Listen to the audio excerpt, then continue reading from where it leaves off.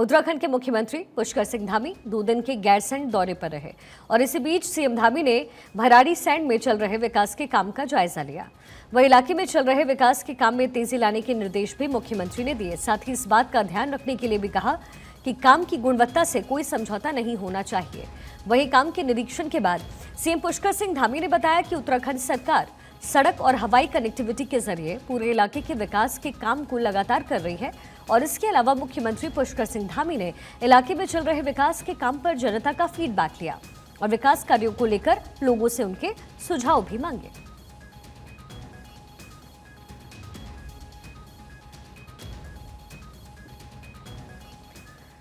उत्तराखंड के मुख्यमंत्री पुष्कर सिंह धामी ने आज चमोली में 7 दिन चलने वाले गोचर मेले का शुभारंभ किया है और इस दौरान मुख्यमंत्री के साथ बीजेपी के प्रदेश अध्यक्ष महेंद्र भट्ट और प्रभारी मंत्री धन सिंह रावत मौजूद रहे। वहीं विधायक अनिल नौटियाल और पूर्व मंत्री राजेंद्र भंडारी ने भी कार्यक्रम में शिरकत किया और इसी बीच मुख्यमंत्री पुष्कर सिंह धामी ने एक जनसभा को संबोधित किया, जहां से प्रदेश की जनता को सीएम धामी ने प्रदेश सरकार की उपलब्धियों के बारे में बताया। साथ ही किसान, युवाओं और महिलाओं के लिए प्रदेश सरकार की तरफ से चलाई जा रही योजनाओं के बारे में विस्तृत इन्फॉर्मेशन दी और बताया कि सरकार ने शिक्षा और स्वास्थ्य सेवाओं पर खास ध्यान देते हुए उनको बेहतर किया। दरअसल स्वर्गीय बाला सिंह पाल, पान सिंह बमपाल और गोविंद सिंह राणा ने नवंबर 1943 में पहली बार गोचर में व्यापारिक मेले का आयोजन शुरू किया। बाद में धीरे धीरे मेले की पहचान औद्योगिक विकास और सांस्कृतिक मेले की बन गई।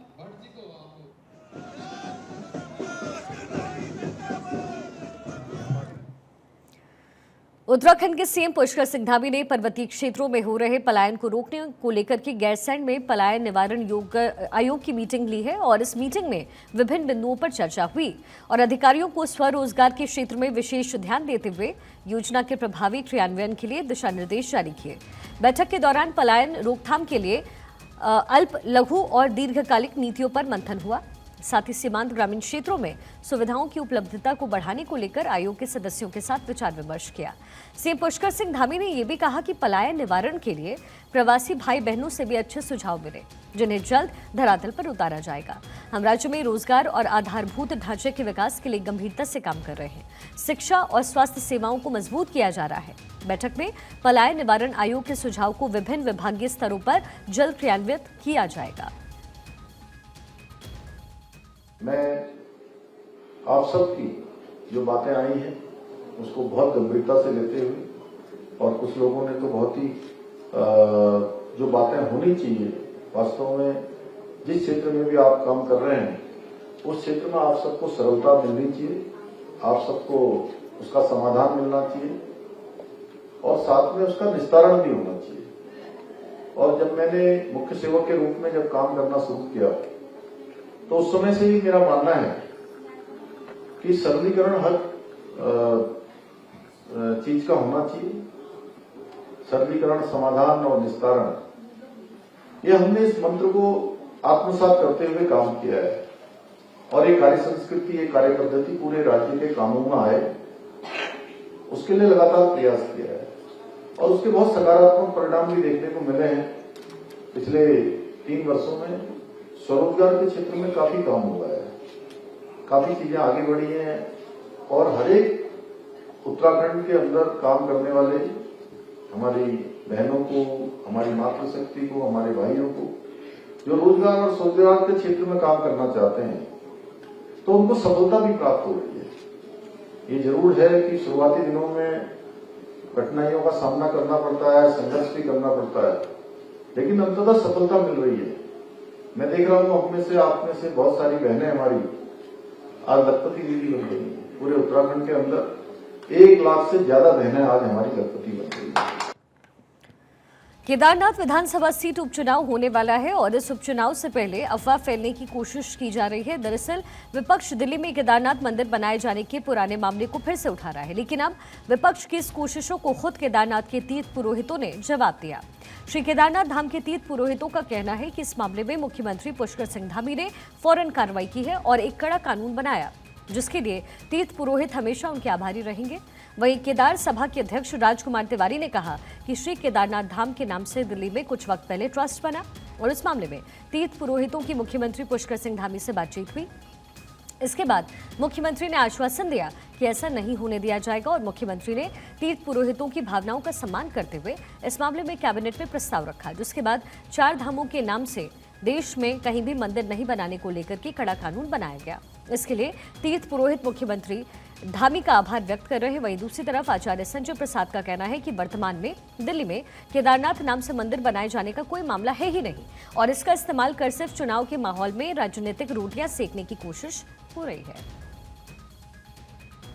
केदारनाथ धाम से के नाम से जो दिल्ली में जो केदार धाम ट्रस्ट बना था और उसका सबसे पहले विरोध श्री केदारनाथ धाम से ही हुआ था और जैसे ही माननीय मुख्यमंत्री जी से वार्ता हुई, उन्होंने आश्वासन दिया और कैबिनेट में प्रस्ताव रखा। कैबिनेट में प्रस्ताव रखने के बाद उन्होंने चारों धाम के नाम से कहीं भी कोई भी मंदिर नहीं बनेगा, जो महत्वपूर्ण निर्णय लिया। इसके लिए श्री केदार सभा माननीय पुष्कर सिंह धामी जी का बहुत बहुत धन्यवाद एवं आभार प्रकट करती है। कुछ लोग कह रहे हैं कि माननीय मुख्यमंत्री जी जो है श्री केदारनाथ धाम का मंदिर जो है दिल्ली में बनाने जा रहे हैं, ये सरासर गलत है और झूठ है। उसी समय उन्होंने जो है इस पर तत्काल कार्रवाई करके इसको वापस ले लिया था, लेकिन अभी भी कुछ लोग कह रहे हैं कि माननीय मुख्यमंत्री जी जो है श्री केदारनाथ से जो है शिला लेकर के दिल्ली में गए। ये सरासर झूठ और उन पर कोई झूठा आरोप जो है जबरदस्ती थोपा जा रहा है।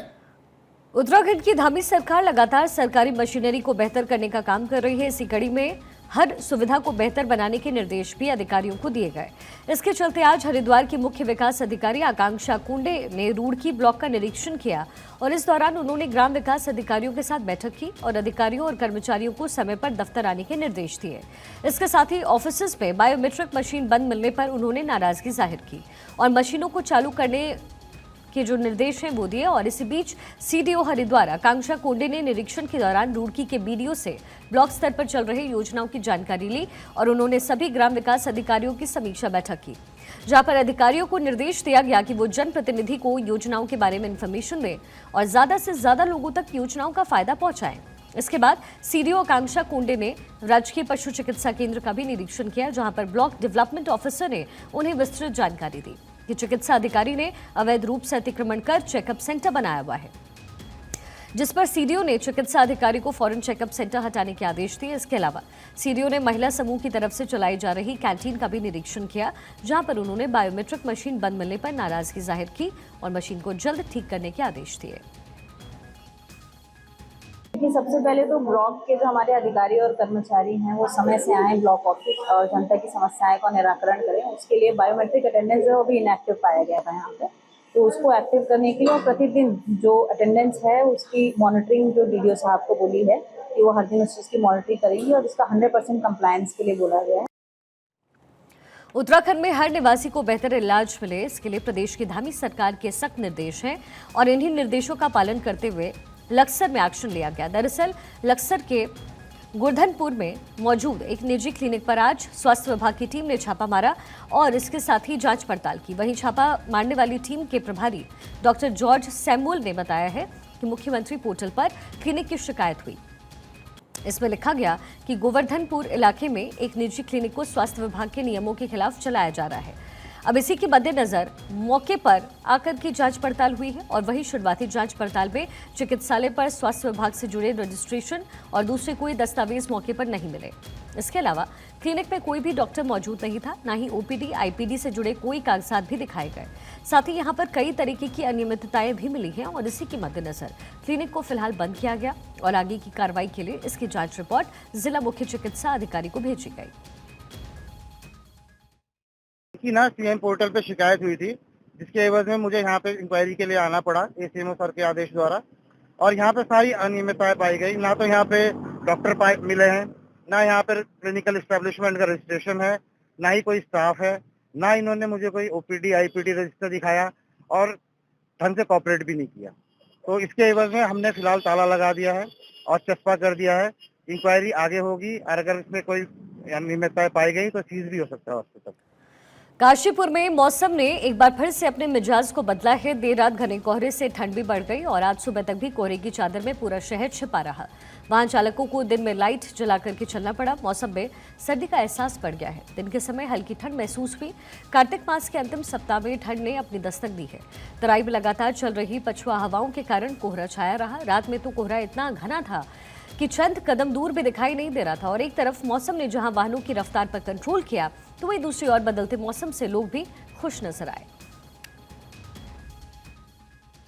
सुबह जब मैं घर से निकला तो देखा मैंने बाहर निकल के कि मेरे से ज़्यादा आगे का कुछ दिखाई नहीं दे रहा। और अच्छा खासा कोहरे ने अपना सफ़ेदी पूरी ढक रखी है और आगे तक का कुछ दिखाई नहीं दे रहा है। बहुत ज़्यादा कोहरा आ चुका है काशीपुर की सड़कों पर। वैसे बहुत टाइम बाद देखने को मिल रहा है ऐसा और मज़ा भी आ रहा है, अच्छा भी लग रहा है। देखिए, आज सुबह का जो है कोहरे में पूरा जो है शहर जो है ढका हुआ है और इस समय जो है पहला ऐसा कोहरा जो है आया है मौसम का।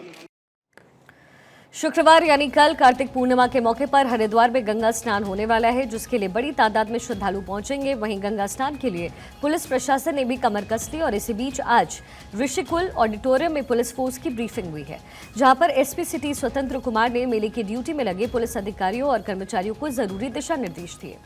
सुरक्षा व्यवस्था के मद्देनजर मेले को 9 जोन और 33 सेक्टर में बांट दिया गया। मेले में पीएसी की तैनाती हुई है और इसके साथ ही ट्रैफिक सुचारू रहे, इसके लिए रूट भी डाइवर्ट किया गया। दरअसल कार्तिक पूर्णिमा का स्नान साल का आखिरी और बेहद अहम गंगा स्नान होता है और प्रशासन को उम्मीद यही कि इस बार इस मौके पर लाखों की संख्या में श्रद्धालु जुटने वाले हैं। पूर्णिमा के स्नान को ध्यान में रखते हुए पूरे मेला अपने क्षेत्र को 9 जोन और 33 सेक्टर में डिवाइड किया गया है। जोन में सीओ की ड्यूटी लगाई गई है और जो सेक्टर हैं उसमें सब इंस्पेक्टर लेवल की ड्यूटी लगाई गई है। ट्रैफिक प्लान भी एसपी ट्रैफिक साहब द्वारा पूरी तरह से बनाया जा चुका है। कब कैसे डाइवर्ट करना है, भीड़ को ध्यान में रखते हुए ये डिसीजन लिया जाएगा। उत्तराखंड के रुड़की में आज श्री खाटू श्याम जन्मोत्सव को काफी धूमधाम से मनाया गया और इस दौरान श्री श्याम मित्र मंडल की तरफ से कार्यक्रम का आयोजन हुआ, जिससे दुर्गा चौक मंदिर पर 36वां द्वादशी मासिक संकीर्तन मनाया और इस दौरान बाबा श्याम के जन्मोत्सव के मौके पर 21 किलो ड्राई फ्रूट से बना हुआ केक काटा। साथ ही 56 भोग के महाप्रसाद के साथ साथ दूसरे व्यंजनों का भोग बाबा श्याम को दिया गया। और वहीं इस दौरान बाबा श्याम के भजन पर देर रात तक श्याम प्रेमी झूमते नजर आए। इसी बीच कोलकाता के फूलों से श्याम बाबा का श्रृंगार हुआ और उनका भव्य दरबार आकर्षण का केंद्र बना रहा, जहां मेरठ मुरादनगर से विशाल मित्तल ने श्याम बाबा की सुंदर छवि का भव्य श्रृंगार किया और हरिद्वार के सोनीपत से प्रसिद्ध भजन गायकी साध्वी प्राची सखी और उत्तर प्रदेश के सहारनपुर से भजन गायक अंकुश लाडला ने सुंदर भजन गाए। इस कार्यक्रम में शामिल हुए कई लोगों ने अर्जी लगाई और पावन ज्योति में अपनी आहुति प्रदान की। वहीं लोगों ने कहा कि इस संकीर्तन महोत्सव में शहर के आसपास से कई श्रद्धालु शामिल हुए हैं। चलिए आगे बढ़ते हैं। मसूरी में circular road Guru Nanak school के पास सैयद नाजीर अली शाह की दरगाह पर सालाना उर्स धूमधाम के साथ मनाया गया। इस मौके पर सभी धर्मों के लोगों ने मजार पर चादर चढ़ाई और मन्नतें मांगी। वहीं इस मौके पर विशाल लंगर का आयोजन हुआ, जिसमें सभी भक्तों ने हिस्सा लिया। और इस मौके पर स्थानीय निवासी मनोज गर्ग ने कहा कि सैयद नजीर अली शाह का सालाना उर्स जो है वो हर साल धूमधाम के साथ मनाया जाता है और यहाँ पर दूर दूर से लोग आकर के मन्नतें मांगते हैं। प्राचीन ये आज की नहीं है। जब से पैदा हुए 54 साल हमारी उम्र है, उससे पहले से भी यहाँ पर जो है मान्यता थी, छोटे रूप में थी। फिर हम सब लोगों ने मिलकर इसको जो है आज से 10-15 साल पहले इसको थोड़ा विकसित करा। गंभीर बाबा जी का भी इसमें सहयोग रहा है और इसमें यहाँ का बहुत श्रद्धा से लोग ये कार्य करते हैं। ये आज यहाँ पर गुरु नानक जो स्कूल है उसके गेट के पास जो है बाबा नाजिर शाह की मजार है और प्रत्येक वर्ष जो है आज का दिन जो है यहाँ पर भंडारा का आयोजन किया जाता है। जो समिति के लोग हैं वो मिल करके इसको बड़े उत्साह के साथ, जैसे कि शहर में उर्स मनाया जाता है उसी प्रकार से यहाँ पर भी आज उर्स का त्यौहार है। और मैं धन्यवाद देना चाहता हूँ समिति के तमाम लोगों को जो विगत कई वर्षों से, मैं तो मेरे ख्याल से 20-22 साल से मैं भी आ रहा हूँ और इसी तरह से ये समिति के लोग मिल करके इस उर्स को मनाते हैं। आज बाल दिवस के मौके पर अल्मोड़ा के चौखुटिया में एथलीट एसोसिएशंस का कार्यक्रम शुरू हुआ है। जिला एथलीट एसोसिएशन की तरफ से 2 दिन के एथलीट मीट का आयोजन हुआ, जिसमें तमाम जिलों से आए लोगों ने अपना प्रदर्शन किया। इसमें 10 से 18 साल के युवाओं की 600 मीटर दौड़ में संदीप सिंह ने पहला, दीपांशु ने दूसरा और जगदीश पांडे ने तीसरा स्थान हासिल किया। वहीं 100 मीटर दौड़ में हर्षित पहला पायदान पर रहे तो वहीं धीरज दूसरे और शंकर तीसरे पायदान पर रहे। जबकि बालिकाओं में तनीषा अधिकारी फर्स्ट, ललिता केड़ा दूसरे और खुशी रावत तीसरे स्थान पर रही। बाल दिवस के मौके पर आज कोटद्वार के मेहरबान सिंह कंडारी सरस्वती विद्या मंदिर इंटर कॉलेज में एक विशेष सामाजिक गतिविधि का आयोजन हुआ है। इस कार्यक्रम में छात्रों के लिए करियर काउंसलिंग और पूरे विद्यालय के छात्रों का फ्री डेंटल स्वास्थ्य परीक्षण किया गया। वहीं कार्यक्रम का आयोजन राष्ट्रीय मेडिकोज संगठन के वीर चंद्र सिंह गढ़वाली मेडिकल कॉलेज श्रीनगर गढ़वाल की यूनिट की तरफ से किया गया। बाल दिवस पर डॉक्टर अनुराधा त्यागी जी के द्वारा यहाँ पर दंत चिकित्सा का एक शिविर भी आयोजन किया जा रहा है।